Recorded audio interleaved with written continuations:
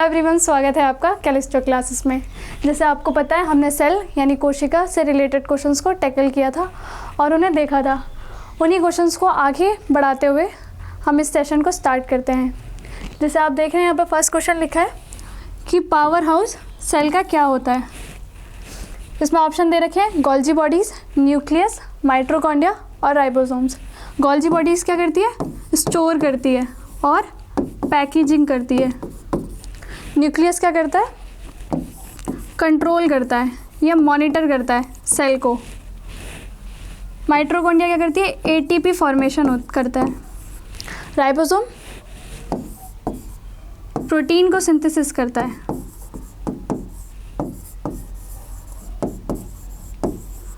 तो आप थोड़ा सोच के बताएं कि पावर हाउस सेल का क्या होगा। आप इसे हिंदी में भी पढ़ सकते हैं। यहाँ पर भी पूछ रखा है कि कोशिका का ऊर्जा गृह कौन सा होता है, यानी पावर हाउस कौन सा होता है। इसका आंसर क्या होगा? माइटोकॉन्ड्रिया। माइटोकॉन्ड्रिया क्यों होगा? क्योंकि ये एटीपी फॉर्मेशन क्या होती है? एनर्जी का फॉर्मेशन होती है। तो energy is equal to power. अब नेक्स्ट क्वेश्चन को देखते हैं। नेक्स्ट क्वेश्चन क्या है? Largest cell organelle.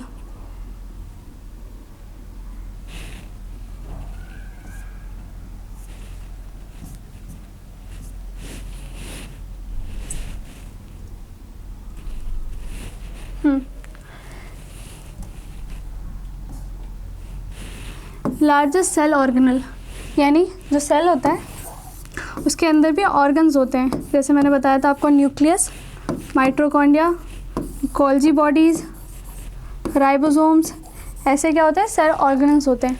उसमें से सबसे लार्जेस्ट कौन सा होता है? क्रोमोसोम्स, माइटोकॉन्ड्रिया, प्लास्टिड या गोल्जी बॉडीज़?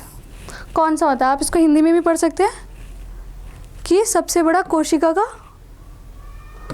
कोशी अंग कौन सा होता है, यानी कोशिका के अंदर सेल ऑर्गेनल कौन सा सबसे बड़ा होता है? कौन सा बड़ा होता है?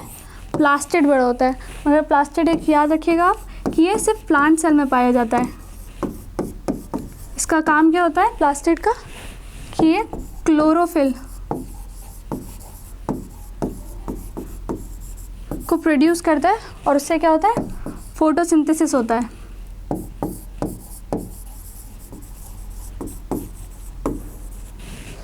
आई होप आपको ये समझ में आ रहा होगा। नेक्स्ट क्वेश्चन को देखते हैं। नेक्स्ट क्वेश्चन क्या है कि प्रोटीन कहाँ सिंथेसिस होता है। ये क्वेश्चन कई बार रिपीट हो चुका है। इसका आंसर क्या होगा? Ribosomes. Synthesis of protein take place in the cell. कौन सा ऐसा पार्ट है जहाँ पे सिंथेसिस होता है? राइबोसोम आपको याद होगा कि एंडोप्लाज्मिक रेक्टिकुलम में होता है।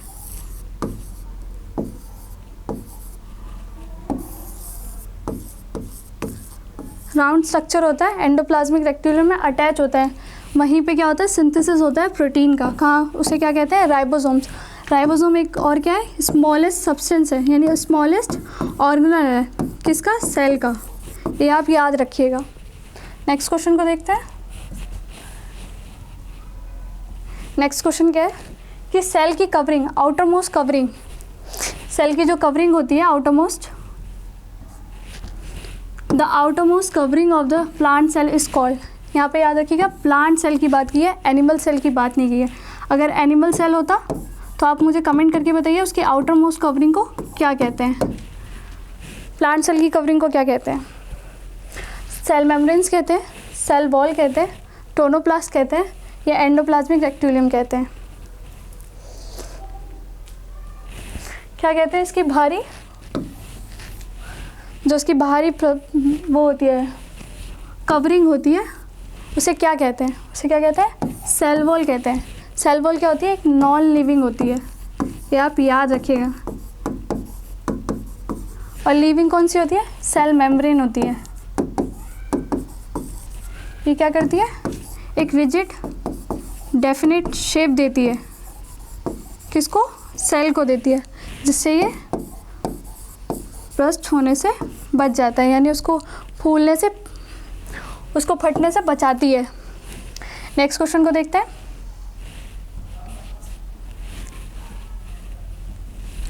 नेक्स्ट क्वेश्चन क्या है कि which organelle is often not present in animal cell. यहाँ नॉट को याद रखिएगा, किस में बात की है, एनिमल सेल की बात की है। क्या नहीं होता, लेविक नहीं होता, गोल्जी बॉडीज़ नहीं होता, माइटोकॉन्ड्रिया नहीं होता, या एंडोप्लाज्मिक लेटिस नहीं होता, यानी ER नहीं होता। कौन सा नहीं होता? लेविक को हम क्या बोलते हैं, प्लास्टिड भी बोलते हैं। अभी मैंने आपको थोड़ी देर पहले ही बताया था कि प्लास्टिड कहाँ पाया जाता है, प्लांट सेल में पाया जाता है। किस में? प्लांट में। तो इसका आंसर लेविक होगा, ऑप्शन A होगा। नेक्स्ट क्वेश्चन क्या है? नेक्स्ट क्वेश्चन,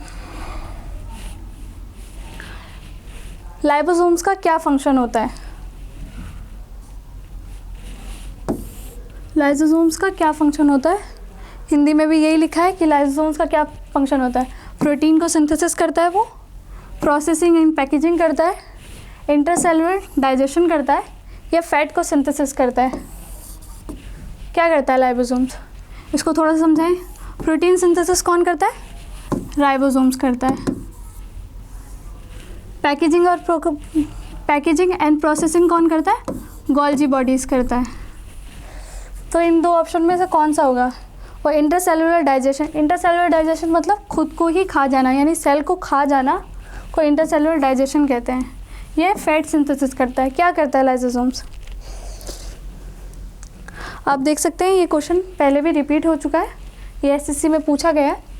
लाइसोसोम का, इसको हम क्या बोलते हैं? सुसाइडल बैग बोलते हैं। अब सुसाइडल बैग क्यों बोलते हैं आप याद करेंगे तो आपको पता चलेगा कि ये खुद को ही डाइजेस्ट कर देता है। जब सेल साइकिल ख़त्म हो जाती है, किसी भी सेल की साइकिल, इनके जीवित होने की जो साइकिल है वो ख़त्म हो जाती है, तो खुद को डाइजेस्ट कर देता है। लाइसोसोम एक और काम करता है। क्या काम करता है? जो बैक्टीरिया होता है या वायरस होता है, उससे क्या करता है? डिफेंस करता है। डिफेंस कैसे करेगा? उसको खाकर, यानी कोई भी हमें प्रॉब्लम हो जाती है या बैक्टीरिया से रिलेटेड कोई भी डिसीज़ हो जाती है, वायरस से रिलेटेड डिसीज़ हो जाती है, तो उसको कौन ख़त्म करेगा सेल के अंदर? लाइसोसोम ख़त्म करेगा। नेक्स्ट क्वेश्चन को देखते हैं।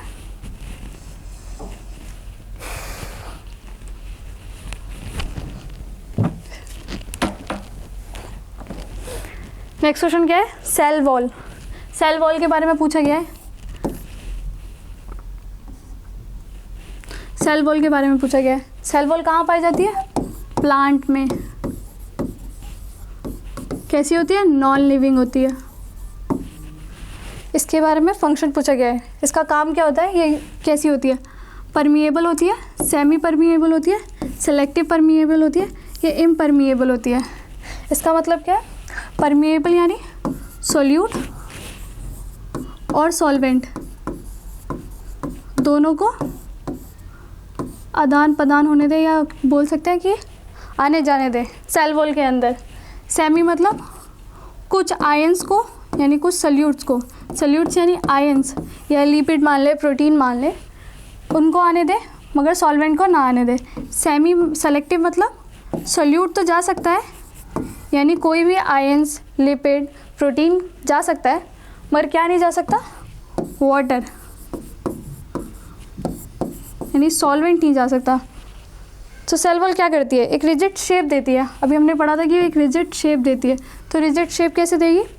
जो आयंस को जाने देगी मगर सॉल्यूट, यानी उसको फटने से कैसे बचाएगी? उसमें पानी जो होता है, सॉल्वेंट होता है, उसको ना जाने दे। तो क्या होगा इसका ऑप्शन? सेलेक्टिव परमिएबल होगा। इम्परमिएबल क्यों नहीं होगा? क्योंकि ये इम्परमिएबल मतलब ना सल्यूट को और ना ही सॉल्वेंट को किसी को भी जाने ना दे, तो ये ऑप्शन होगा ही नहीं। क्या ऑप्शन होगा? Selective permeable. नेक्स्ट क्वेश्चन क्या है?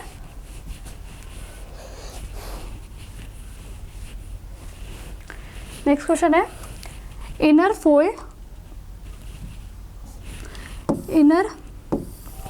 Fold of mitochondria is called, यानी अगर आपको याद हो माइटोकॉन्ड्रिया कैसा होता है? रॉड शेप का होता है।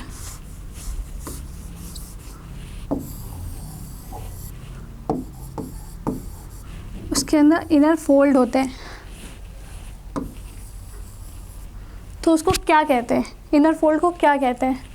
क्रिस्टिया बोलते हैं, ऑक्सीसोम्स बोलते हैं, मैट्रिक्स बोलते हैं या माइक्रोसोम्स बोलते हैं? इसमें मैं आपको हिंट देती हूँ, इस ऑप्शन और इस ऑप्शन में ही आंसर होगा। 2 ऑप्शन है, इन दोनों में से ही कोई आंसर होगा, या तो वो क्रिस्टिया बोलते हैं या मैट्रिक्स होता है। माइटोकॉन्ड्रिया के अंदर जो इनर फोल्ड होता है उसको क्या कहते हैं? जो स्पेस है ये, इसको मैट्रिक्स बोलते हैं। ये जो मैं आपको करते हुए दिखा रही हूँ, ये हाईलाइट कर रही हूँ जैसे, इसको बोलते हैं क्रिस्टिया। तो इनर फोल्ड कौन सा हुआ? क्रिस्टिया हो। क्या हुआ इसका आंसर? क्रिस्टिया हो।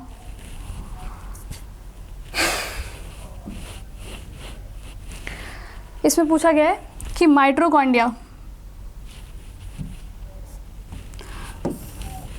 आर एब्सेंट इन विच, किस में माइटोकॉन्ड्रिया एब्सेंट होता है? किस में होगा? ईस्ट में, फंगस में, बैक्टीरिया में या ग्रीन एल्गी में? ग्रीन एल्गी को और क्या कहते हैं हम? साइनोबैक्टीरिया कहते हैं। अगर ये ऑप्शन में साइनोबैक्टीरिया है तो आप कंफ्यूज मत होइएगा। किसे कहते हैं? ईस्ट क्या है? ईकैरियोटिक्स है। फंगस क्या है? ईकैरियोटिक्स है। ग्रीन क्या है? ईकैरियोटिक्स है। बैक्टीरिया क्या होता है? प्रोकैरियोटिक्स होता है। प्रोकैरियोटिक्स के बारे में हमने पढ़ा था कि उनके वो सिर्फ नाम के प्रो होते हैं, सिर्फ नाम के प्रो होते हैं, इनके पास एडवांस नहीं होते, सेल ऑर्गन एडवांस नहीं होते, इनर लाइनिंग्स नहीं होती। तो माइटोकॉन्ड्रिया कहाँ एब्सेंट होगा? बैक्टीरिया में होगा। किस में होगा? बैक्टीरिया में होगा। आप इसे हिंदी में भी पढ़ सकते हैं और देख भी सकते हैं कि ये क्वेश्चन बार बार रिपीट होते हैं।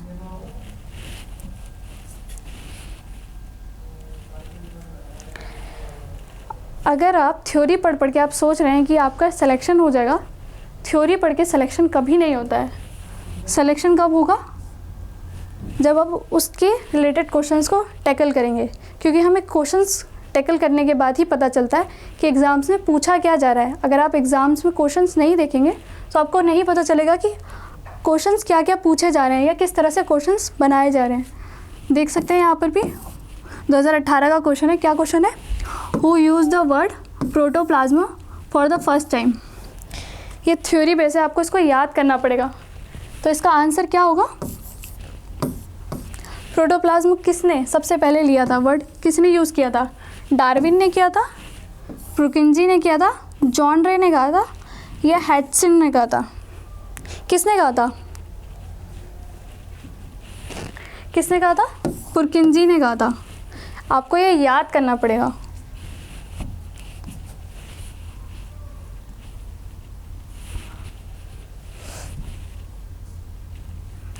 नेक्स्ट क्वेश्चन क्या है? Who said protoplasm is the physical basis of life. ये किसने कहा था?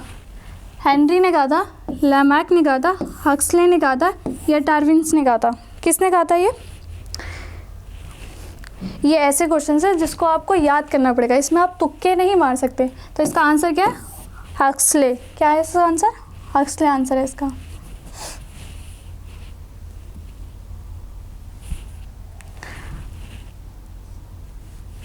नेक्स्ट क्वेश्चन है DNA who propose the bihelix form of. Bihelix form क्या होता है? इसको कहते हैं बायहेलिक्स फॉर्म। तो ये किसने दिया था डीएनए का? किसने दिया था? वॉस्टन एंड क्रिक ने दिया था, फिशर एंड हार्डी ने कहा था या लैमार्क एंड डार्विन ने कहा था या हुगो ने दिया था? किसने दिया था? पहली बार किसने दिया था? किसने दिया था? वॉस्टन एंड क्रिक ने दिया था। किसने बताया था ये डीएनए बायहेलिक्स स्ट्रक्चर में, हमारी बॉडी में, ह्यूमन में बायहेलिक्स स्ट्रक्चर पाया जाता है? किसने बताया था? ये वॉस्टन एंड क्रिक ने बताया था।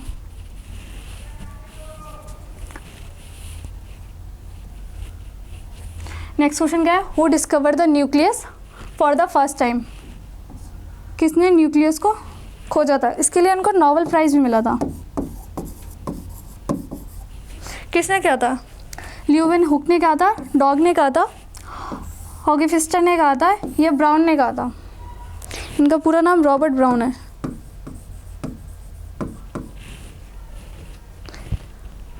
अगर आपको याद हो कि लीविन हुक ने क्या करा था, लिविंग सेल की खोज की थी, तो न्यूक्लियस का किसने किया था? किसने किया था? रॉबर्ट ब्राउन ने किया था 1991 में। नेक्स्ट क्वेश्चन क्या है? नेक्स्ट क्वेश्चन है the function activity of the cell control by. कौन सा सेल ऑर्गेनल है जो फंक्शन को देखता है? कौन सा सेल ऑर्गन्स है जो फंक्शन या कंट्रोल करता है सेल के? सेल की एक्टिविटी क्या होगी कि वो जो प्रोटीन लिपिड जो भी बना रहा है उसको सही कर पा रहा है, यानी उस सेल ऑर्गन का काम क्या होता है? या तो लिपिड, फैट, जैसे हमने पढ़ा था कि राइबोसोम क्या सिंथेसिस करता है? प्रोटीन को सिंथेसिस करता है। तो उन सबको कंट्रोल करना, सेल साइकिल को कंट्रोल करना या सेल डिवीज़न को कंट्रोल करना, वो कौन सा सेल का पार्ट है या सेल ऑर्गेनल है जो कंट्रोल करता है? Through the nucleus, by mitochondria, by protoplasm या बाय न्यूक्लियस? क्या है इसका आंसर?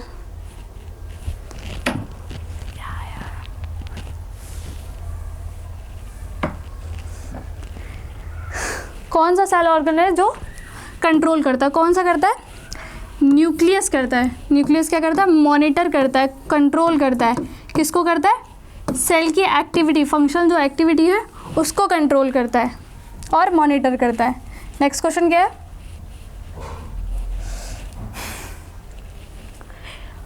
किसने क्रोमोसोम की टर्म को प्रोवाइड किया, यानी किसने बताया कि कौन सा साइंटिस्ट थे या कौन से डिस्कवर थे जिन्होंने क्रोमोसोम को एक टर्म दी? किसको दी? हमें दी ना टर्म दी। किसने दी? वैगनर ने दी, सैटर्न ने दी, वॉल्डियर ने दी या होमफिस्टर ने दी? किसने दी? क्रोमोसोम की टर्म किसने दी? किसने दी? वॉल्डियर ने दी। तुक्के भी हम जब भी मार सकते हैं जब हमने पढ़ रखा हो। जब आप पढ़ते नहीं हैं तो आप तुक्के भी नहीं मार सकते हैं। नेक्स्ट क्वेश्चन क्या है? इंटरप्लाज्मिक लैटिस, जिसको हम ER बोलते हैं, उसको डिस्कवर किसने किया? सैटर्न ने, पॉटर ने, वॉटसन ने या रॉबर्ट ने? किसने डिस्कवर किया? किसने डिस्कवर किया? पॉटर ने डिस्कवर किया। ER यानी एंडोप्लाज्मिक रेक्टिकुलम, ER का शॉर्ट फॉर्म है।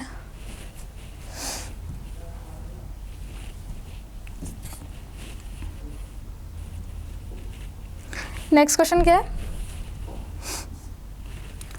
The electron microscope were discover by. किसने इलेक्ट्रॉन माइक्रोस्कोप को डिस्कवर किया? किसने किया? इसमें ऑप्शंस देखते हैं हम। नॉल एंड रस्का, सचिन and Schwann, Fleming and Brown, वॉस्टन एंड ग्रिक। वॉस्टन एंड ग्रिक तो होगा नहीं, क्योंकि अभी हमने पिछले वाले क्वेश्चन में पढ़ा था। इन्होंने किसका किया था? बाय हेलिक्स DNA का स्ट्रक्चर बताया था।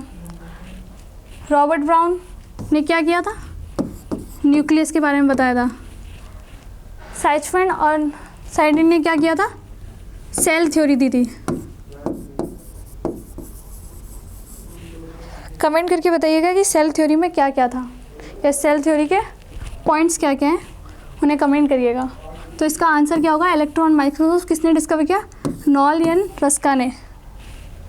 आई होप आपको क्वेश्चन समझ में आ रहे होंगे और आप मेरे साथ क्वेश्चंस लगाने की कोशिश कर रहे होंगे। नेक्स्ट क्वेश्चन क्या है? In which the real nucleus is absent. ऐसा कौन सा जीव है जिसमें रियल न्यूक्लियस का मतलब, रियल न्यूक्लियस का क्या मतलब हुआ? जो यूकैरियोटिक्स में पाया जाता है, यानी एडवांस, वो कौन से जीव में एब्सेंट होगा? किस में होगा? बैक्टीरिया में, ग्रीन एल्गी में, फंगी में या लीचन में? किस में होगा?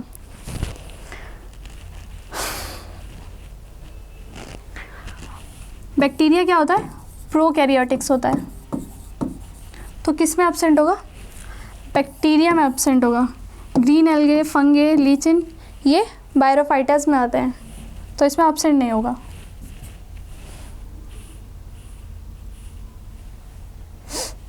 नेक्स्ट क्वेश्चन क्या है? The highest number 2n of chromosome are found in. The highest number of 2n of chromosomes are found in. किस में 2n का हाईएस्ट नंबर पाया जाता है? ऑप्शन क्या है? शुगर कैन, पोटैटो, इंसान यानी मैन, या ऑफीगोगस ग्लोगस। किस में हाईएस्ट नंबर पाया जाता है 2n का? किस में पाया जाता है? ऑफीग्लोगस में।